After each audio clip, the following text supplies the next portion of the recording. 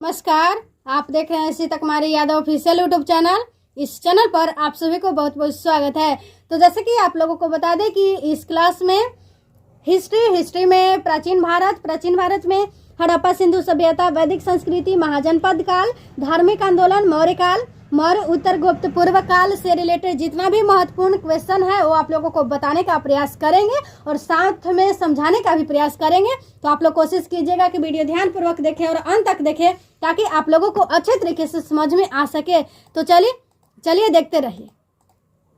तो पहला प्रश्न है, सिंधु घाटी की सभ्यता निम्नलिखित में से किस सभ्यता के समकालीन नहीं थी? तो ग्रीक की सभ्यता के समकालीन नहीं थी। ऑप्शन डी सही उत्तर हो जाएगा।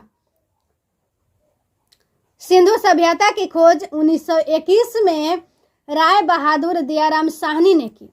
सिंधु घाटी सभ्यता का सबसे बड़ा स्थल मोहनजोदड़ो है। सिंधु सभ्यता में मुख्य फसल थी गेहूं और जौ। सिंधु सभ्यता में मातृ देवी की उपासना सर्वाधिक प्रचलित थी। अगला प्रश्न है, सिंधु घाटी की सभ्यता कहां तक विस्तृत थी?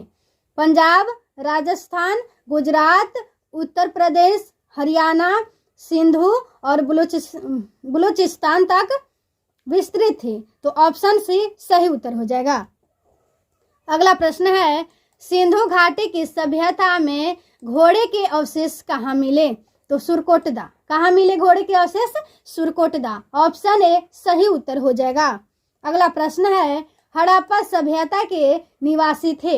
हड़प्पा सभ्यता के निवासी थे शहरी। ऑप्शन बी सही उत्तर हो जाएगा।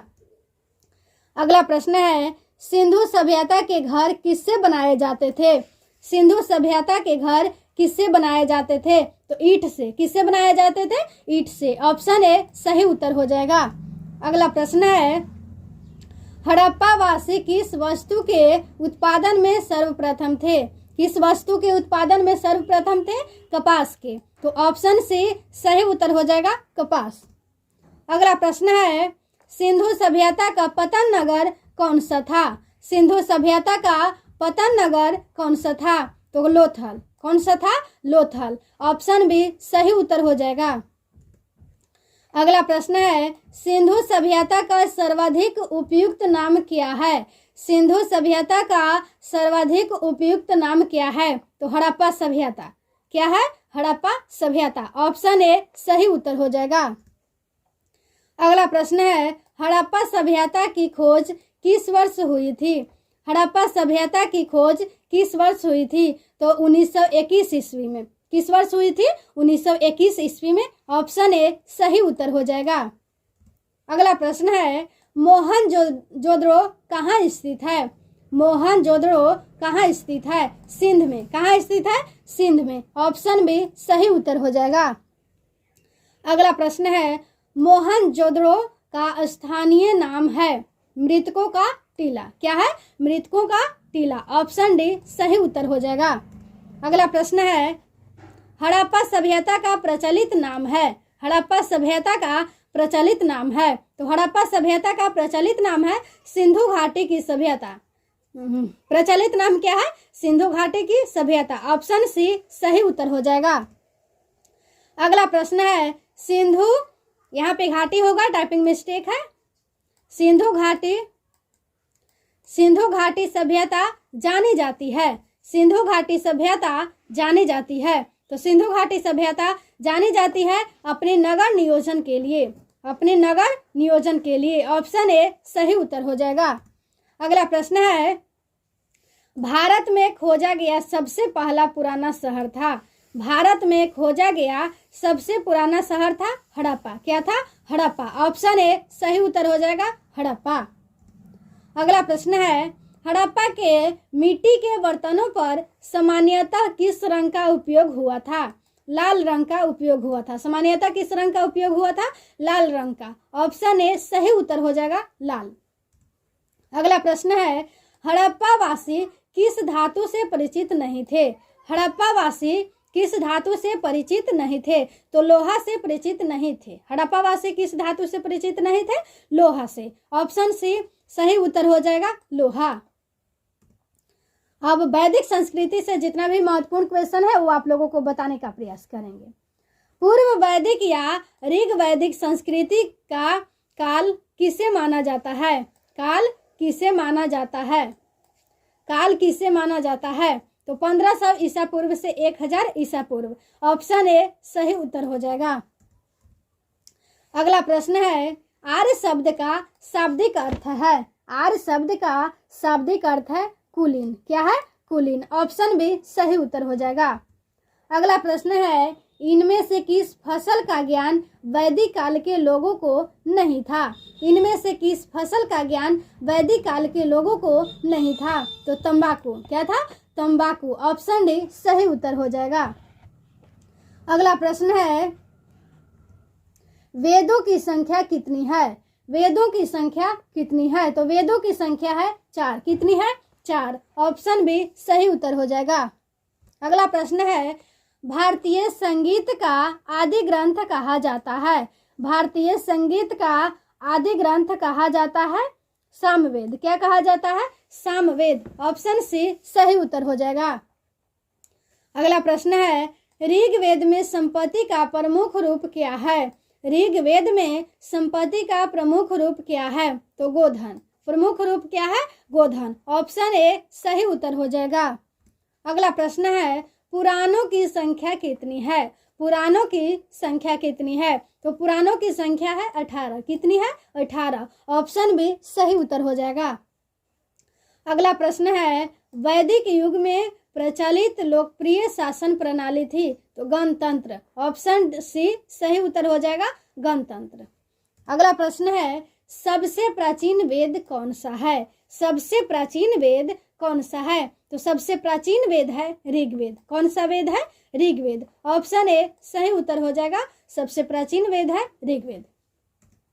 अगला प्रश्न है, ऋग्वेद में कुल कितने मंडल हैं? ऋग्वेद में कुल कितने मंडल हैं? तो ऋग्वेद में टोटल कितने मंडल हैं? 10। ऑप्शन डी सही उत्तर हो जाएगा, 10। अगला प्रश्न है, ऋग्वेद में सबसे पवित्र नदी किसे माना जाता है? ऋग्वेद में सबसे पवित्र नदी किसे माना जाता है? तो सरस्वती को। किसे माना जाता है? सरस्वती को। ऑप्शन बी सही उत्तर हो जाएगा। अगला प्रश्न है, संस्कारों की कुल संख्या कितनी है? संस्कारों की कुल संख्या कितनी है? 16। कितनी है? 16। ऑप्शन बी सही उत्तर हो जाएगा। अगला प्रश्न है, गायत्री मंत्र की रचना किसने की थी? गायत्री मंत्र की रचना किसने की थी? तो विश्वामित्र। किसने की थी? विश्वामित्र। ऑप्शन बी सही उत्तर हो जाएगा। अगला प्रश्न है, ऋग्वेद में सूक्त है। ऋग्वेद में सूक्त है 1028। कितने सूक्त है? 1028। ऑप्शन सी सही उत्तर है। अब महाजनपद काल से जितने भी महत्वपूर्ण प्रश्न है वो आप लोगों को बताने का प्रयास करेंगे।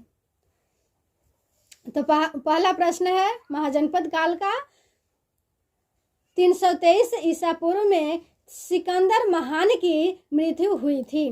तो बेबीलोन में। बेबीलोन में। ऑप्शन बी सही उत्तर हो जाएगा। अगला प्रश्न है, प्राचीन भारत में दूसरा विदेशी आक्रमण एवं पहला यूरोपीय आक्रमण किनके द्वारा किया गया? तो यूनानियों के द्वारा किया गया। किनके द्वारा किया गया? यूनानियों के द्वारा किया गया। ऑप्शन बी सही उत्तर हो जाएगा। अगला प्रश्न है, सिकंदर ने भारत पर कब आक्रमण किया? सिकंदर ने भारत पर कब आक्रमण किया? तो 326 ईसा पूर्व। कब आक्रमण किया? 326 ईसा पूर्व। ऑप्शन ए सही उत्तर हो जाएगा। तो धार्मिक आंदोलन से रिलेटेड जितना भी महत्वपूर्ण क्वेश्चन होगा वो अब बताएंगे।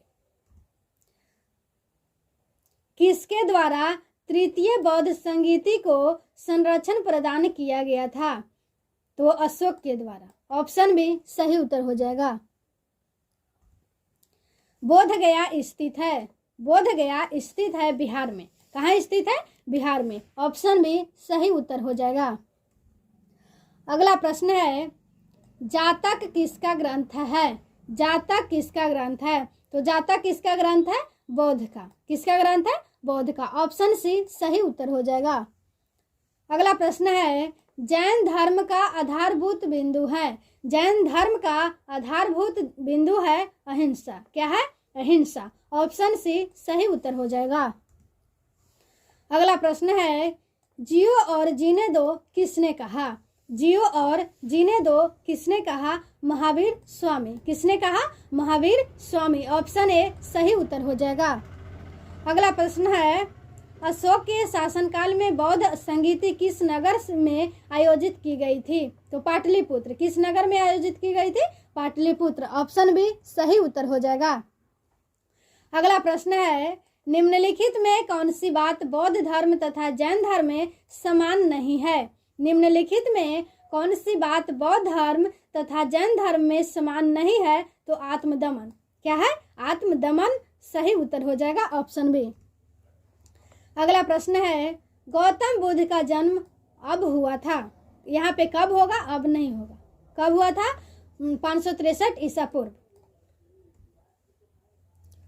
तो जो भी महत्वपूर्ण क्वेश्चन था वो आप लोगों को बताने का प्रयास किए। तो अगर आप लोगों को वीडियो अच्छा लगा होगा तो प्लीज़ वीडियो को लाइक करें एवं चैनल को सब्सक्राइब करें एवं अधिक से अधिक लोगों तक शेयर करें। तो आज का वीडियो यहीं तक समाप्त करते हैं। धन्यवाद।